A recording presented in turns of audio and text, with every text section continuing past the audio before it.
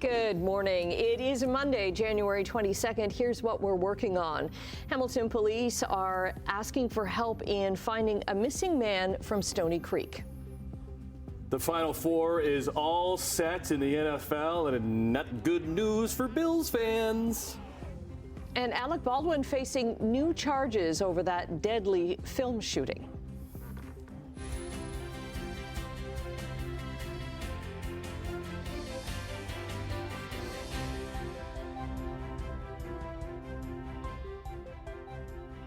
Good morning. Hello. Hi. I like your squiggly line. I'm all over the place Sweater today. There, just like any other Monday.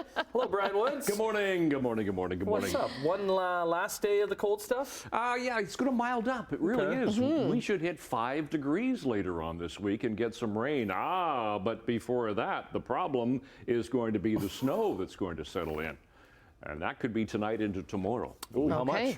Yeah, we're looking at a couple of centimeters overnight tonight and 5 to 10 centimeters for the day tomorrow. So tomorrow's going to be an interesting day. But you're right, it will get milder. Today we should climb to about -2. Wind chill still, a bit of a breeze is going to pick up about -13. But some areas, Halton, Peel, Toronto could get a couple of centimeters during the day today. But what we're looking at is just some light snow generally for Hamilton, the Niagara area, and then the snow begins overnight tonight and continues for the day tomorrow. And we'll talk about that in a few minutes. Right now, let's have a quick check on traffic here. 403 Waterdown Road for a Monday morning. Looks pretty good at the moment. We'll start with our MTO traffic.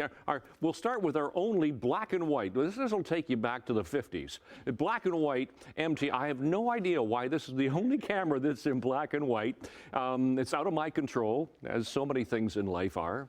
But if I were king, here's the Red Hill Tree camera, nothing to see there. Top of the Burlington Skyway Bridge, Bronte Road looks pretty good, so not a lot happening here this morning. Please take it carefully. Roads could be a little bit greasy, and of course that light snow later on today. We'll talk about that, weather and traffic coming up. Right now, the news. Okay, thanks very much, Brian. Well, a Stoney Creek man has been missing now for nearly 2 weeks. Hamilton police say 49-year-old Michael Robert Smith was last seen by his family the morning of January 10th. He's white with a medium build, short brown and gray hair. He was wearing a gray jacket and brown work boots. Police say he's often at the Hamilton Public Library and in the area of Battlefield Park in Stoney Creek. Well, there's been a deadly crash involving 3 snowmobiles in Norfolk County. It happened Saturday night on a snowmobile trail outside of Cortland, which is between Simcoe and Tillsonburg. OPP have shut down access to the trail between Byerley Side Road and First Concession. Norfolk OPP say a 44-year-old from Port Dover was killed and a person on a second snowmobile was airlifted to hospital. The third snowmobiler was not injured. A crews have repaired a water main break on Hamilton's East Mountain, the third in as many days in the city. Late Saturday night, a section of Fennel Avenue near Upper Ottawa flooded. Crews spent most of yesterday repairing the water main in the area. It affected the water supply to several nearby apartment buildings. A serious crash in Fort Erie has sent 2 men to hospital. This happened yesterday afternoon on Ridgeway Road. Niagara police say 2 cars crashed head-on, sending one of them into a parked vehicle. 54-year-old man from Niagara Falls was airlifted to hospital, while the other driver, a 49-year-old from Oakville, was taken to hospital with non-life-threatening injuries. Police say one of the vehicles had been traveling at a high rate of speed. Halton police are investigating a suspicious sudden death outside of a school in Oakville. A 20-year-old woman was found Saturday morning in medical distress on the grounds of Sunningdale Public School near Upper Middle Road and 6th Line. She died in hospital. Police say the woman's family has asked that her name not be released. Investigators are going over surveillance video in that area to try to figure out what happened. Well, more than 11 years after his death, Lincoln Alexander is still making his mark. The great Honorable Lincoln Macaulay Alexander.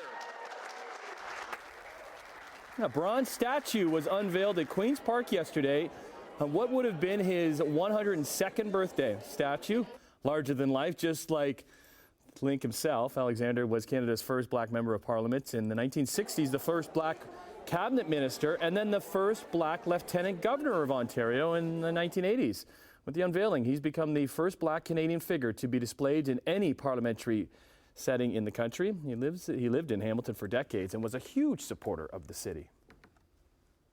Prime Minister Justin Trudeau's governing team has kicked off a cabinet retreat in Montreal. Last night's working dinner is going to be followed by 2 full days of meetings to prepare for when the House of Commons resumes sitting next week. Trudeau's spokespeople say the biggest emphasis will be on policies that help Canada's middle class, especially with affordability. They're expected to discuss the need to stabilize grocery prices. They'll also review government programs like the $10 a day National Child Care Initiative, which is one of Trudeau's signature policies.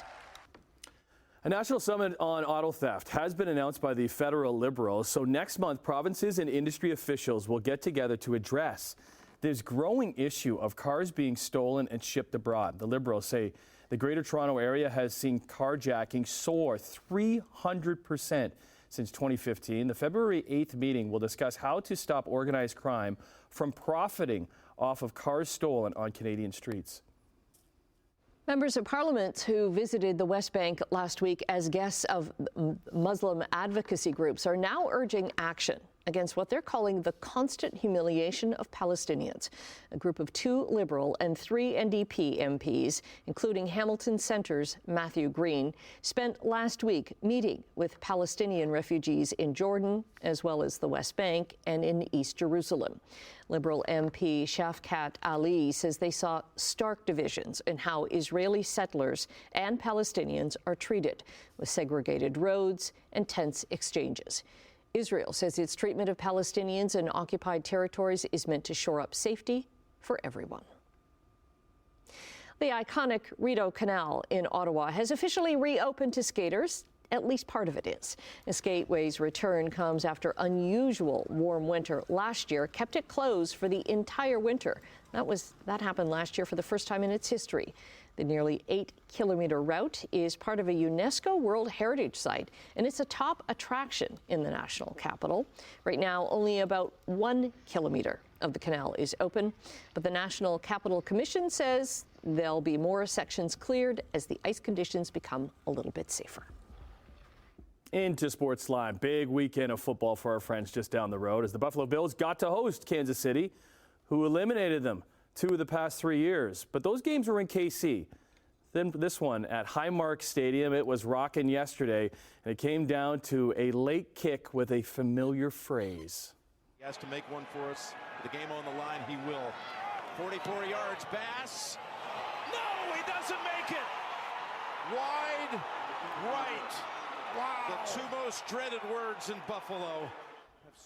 Yeah, Bills kicker Tyler Bass missed that 44-yard field goal with just over a minute to go, which would have tied the game at 27, but was wide right. And if you're asking what was Jim Nantz talking about wide rights being the 2 most dreaded words in Buffalo, it goes back to Scott Norwood missing wide rights.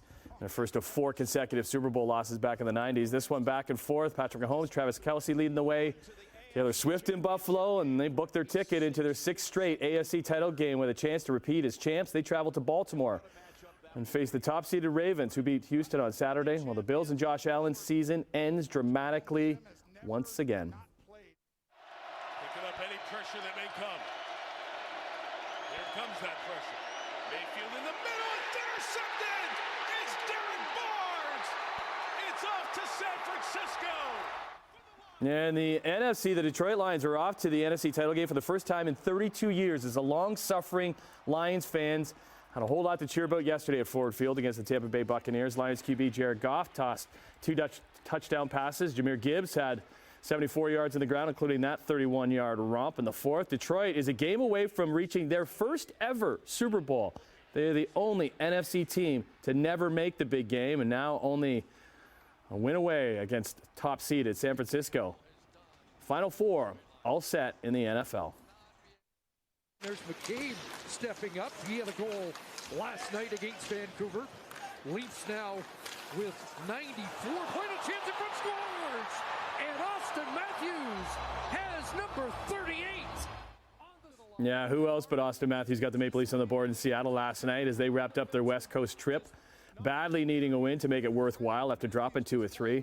There's number 38 in his 43rd game of the year in highlight reel fashion, going through his legs and slipping it past Joey Decord. Nick Robertson would make it 2-0 for Toronto in the second, his 7th of the season. And then Ilya Samsonov back in the Toronto net looking for his first win since getting called back up. He was fantastic, making many highlight reel saves. Although it was only 17 on the night, he would only let one get by him. Leafs win at 3-1. They come home with a 2-2 trip. They're going to be hosting Winnipeg on Wednesday. Let's get to the OHL. Bulldogs, despite shipping out a couple of key pieces of the trade deadline, they just continue to rack up wins, going for number 4 in a row in Mississauga, where Merrick Van Acker would score twice. And Mateo Drobak now has 22 on the season. Van Acker has 22 goals on the season, but Drobak, he picked up the win. 26 saves, 3-0 shutout, which was his 56th as a member of the Bulldogs, which sets a new franchise record. Brantford has won 4 straight, good enough to sit atop the East standings. They go for 5 straight Thursday in St. Catharines against the Ice Dogs, who were also on the ice Sunday, coming off a tough loss Saturday in Barrie, where they got shut out 7-0. Much better effort in North Bay against the Battalion. They would go up 2-0, and then hold on for the 3-2 win. The former Battalion goalie Charlie Robinson was great in the Ice Dog net, stopping 34 of 36 shots in the win. 6:11 already, 22nd morning of January. We're looking at traffic, and then we'll get to our forecast. Here's the 403 around Waterdown Road. That's still doing fine. That's one of our exclusive cameras. Let's check into St. Catharines area and look at the Thurl Tunnel, either side of the Thurl Tunnel. Where look, there's one side, there's the other side. There's not a lot going on right there. Red Hill Creek still looks good. We'll flip ahead to the Skyway Bridge all the way through east of Brant. And then let's head to the Ford plant. Not a lot to see going on as you head Toronto bound away from us. And then right around the 427 Gardner QEW, not a thing. So everything looks pretty good so far. So please drive carefully on this Monday morning. It's a chilly start to the morning. It's not really cold. We are above seasonal to start the morning here. -5 is our temperature. The wind, it's shifted south-southwest now. At 21, that makes it feel like about -12, so it's a chilly start to the day. Seasonal overnight low is -10, and it's a mainly cloudy sky. Let's go to our bus stop forecast for today. We're looking at mainly cloudy skies, a little bit of snow for later on today. We should hit -2, so that's milder than what we had yesterday. We only got to -4 yesterday. What we have is a little bit of snow coming in. There you can see that area of blue. That goes by us this afternoon. A couple of centimeters for Halton, Peel, Toronto, and then the rest of it later on tonight into the day tomorrow. We could get 5 to 10 centimeters for tomorrow. So today for Hamilton, Niagara, a couple of centimeters.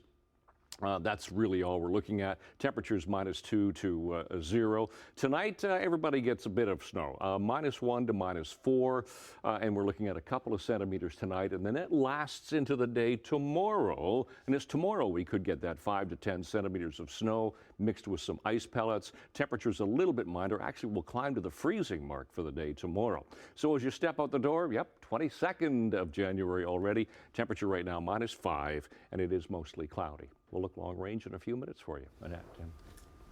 Thank you, Brian. Good morning, Emily. Hi, Emily. Good morning. How was the weekend?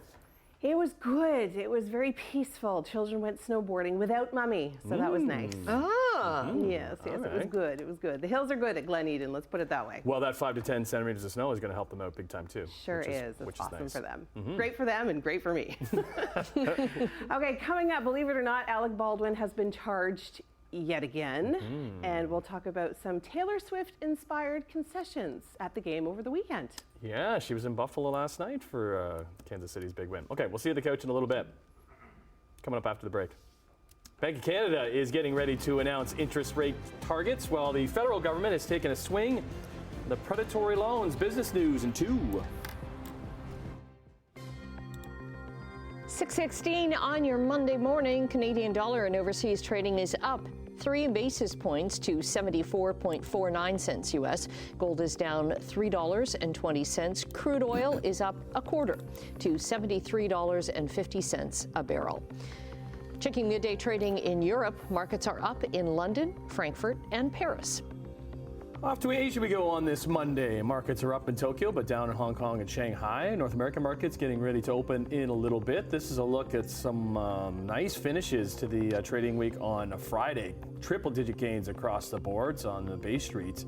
How about Wall Street's? Dow Jones up 395, NASDAQ up 255. We'll see what they can do on this Monday, January the 22nd.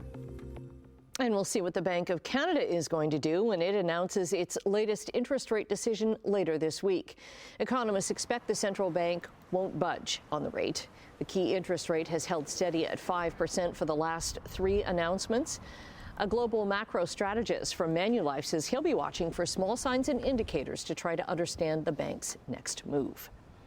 Low income and bad credit Canadians could soon be catching a break on extremely high interest rates. The federal government has published draft regulations that would lower the criminal rates of interest from 45% annually down to 35%. They're also looking to adjust an exemption for payday lenders that would mean they're only allowed to charge a maximum of $14 per $100 borrow. Canadian Lenders Association warns that lowering the rate gap could lead to millions of borrowers losing access to credit. Poverty advocates say the legislation doesn't go far enough, and those high-cost loans will still turn a bad financial decision into a worse one.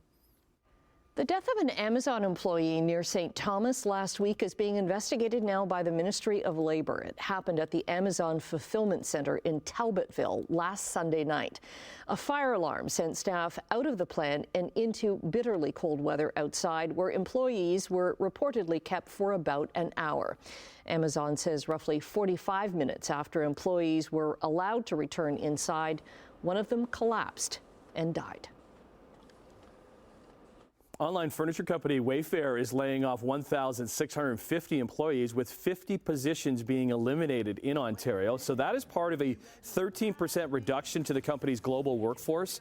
Wayfair's layoff is expected to deliver cost savings of more than $280 million, that is. The company's chief executive says the cuts were made because they went overboard in hiring during the last strong economic period. The company wants to eliminate excess and become more efficient. A salmonella outbreak linked to cantaloupe is now over, at least in the United States. More than 400 people got sick from the outbreak south of the border. Over 160 cases were reported in Canada. Between the two countries, over 200 people were hospitalized and 13 died from eating the tainted fruit. The Melkita and Rudy brand cantaloupes were sold at a number of retailers between September and December of last year. Anyone who may have put cantaloupe products in the freezer should check to see if they were part of this recall, and if you're not sure, throw it out. I had a bunch of cantaloupe on our Friday breakfast. You were okay. I'm still here, doing okay. Yeah. Continuing with business news, and Libya's state-owned oil company says production has resumed at the country's largest oil field. So residents of the southern town of Ubari had forced the shutdown of a field earlier this month to protest fuel shortages and worsening living conditions. Libya's light crude has long featured in the country's years-long civil conflict. Libya has been in turmoil since a NATO-backed uprising toppled and killed longtime dictator Muammar Gaddafi back in 2011. One of the most influential music publications of the internet age, Pitchfork, is being absorbed by a men's fashion magazine. The website, renowned for its daily record reviews, scored 0.0 to 10.0, will be folded into GQ. That's from the parent company Condé Nast. At least 12 staff members have been laid off. 10 were involved in editorial layoffs, leaving a permanent editorial staff of just 8. As Pitchfork moves ahead with this new configuration, many are asking if music journalism's primary function will be what the insightful writing in the area of social media and playlists is. Do you know Pitchfork at all? I don't. Yeah. So I do, just being a Okay. lover of independent music, and it was a go-to for so many years for like up and coming bands and writing about bands and putting bands out there that maybe don't get out in the limelight on their own. They would always kind of push them in that way. So hopefully that can continue even with them going to GQ. Okay, well, it's Monday. Yeah, some snow's on the way. How much? Brian's going to stop in and tell us right after this.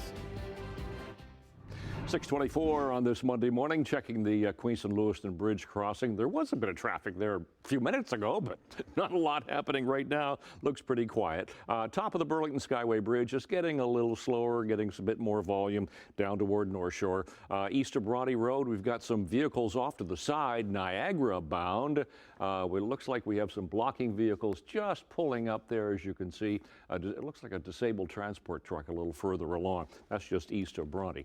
Sheraton through Mississauga looks good. 403 heading up from the Ford plant at Dundas. Nothing to see right there. Temperatures at the moment, well, we're sitting at -5, which is above seasonal to start the day this time of year. -5 in Hamilton, -5 for Mississauga. Wind chills about -11, -4 Toronto, -6 for Grimsby. When we talk seasonal, we figured these are temperatures we should be around this time of year. -10 for the overnight low to start the day, and then -2 for the day. Those are our sun times and records for today. As far as school is concerned, heading in this morning, we should be -4 by the first bell. A little bit of sunshine, a little bit, but then some snow flurry activity comes in, and -3 after school. Here's the long-range forecast. Today we'll hit -2 with that wind chill of -13. Looks like it's going to be Halton, Peel, Toronto that could get a couple of centimeters. The rest of us just a dusting. Tonight down to -4. That's when we could generally get a couple of centimeters. And then tomorrow, 5 to 10 centimeters and a high on the freezing mark for the day tomorrow. We could even get some ice pellets in the mix. And then look at the temperatures. 5 in showers on Wednesday, 4 in showers Thursday, back up to 5 for Friday, and then a little bit cooler, but still above seasonal for the weekend to come. That's your forecast. Annette, Tim. Okay, thanks very much, Brian. Let's get the party started in Bolivia. The party's already on, and we can tell you the cucumber is alive.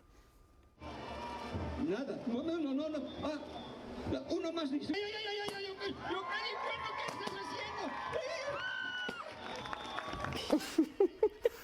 Okay, so the Paseño Carnival kicked off in La Paz yesterday with revelers trailing in a bright and red gold coffin and dancing to encourage the mythical El Pepino back to life. As we just saw, it was the Carnival Queen who got him up and moving in the end. Pepino, which means cucumber in Spanish, is said to represent the spirit of the carnival as part of the annual tradition. Revelers try to get him out of the coffin through dance, and the party doesn't start. Love this. Until he gets up and joins in on the fun. Oh, look how warm it is there. I was going to say, it looks like a pretty good weekend. Yes. A lot of people heading south.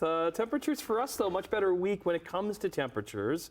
As Brian was just saying, something a little tricky that's arriving tomorrow. So,